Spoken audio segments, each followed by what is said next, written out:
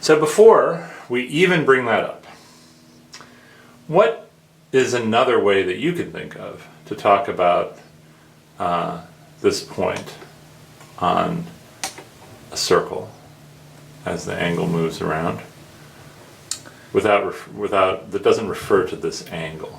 Well, you could just use x and y coordinates. Okay.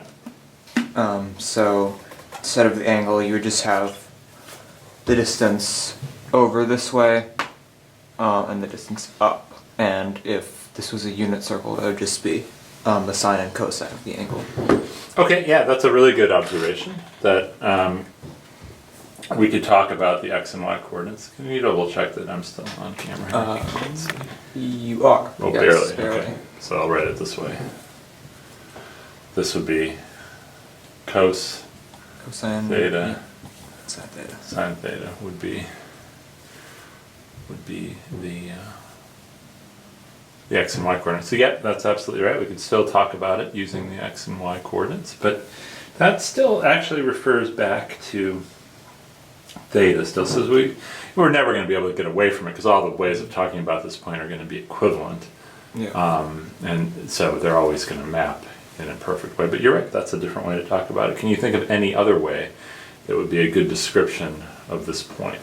Well, I guess distance, like starting from here, distance around the circle, you could put it that way. Okay, yeah, that's great. So imagine that this is a unit circle, and I start here, and I move up to here. How far have I gone? It's a quarter away around the circle. Okay, which is how far? So 90 degrees. Well, what's the circumference of my unit circle here?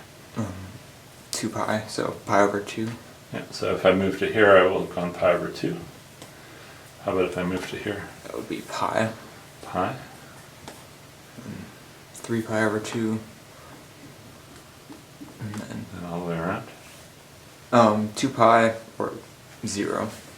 Yeah, so in this case, 0 and 2 pi are kind of the same thing. And you can imagine every time you go around, so pi would also be the same as... say 3 pi? 3 pi, yeah, and 5 pi. And it turns out that this is the way that sine and cosine are normally described, as the natural unit that goes into them isn't the angle, but the distance you've gone on the unit circle. Right. So we're going to talk about some of the other angles now and how they correspond.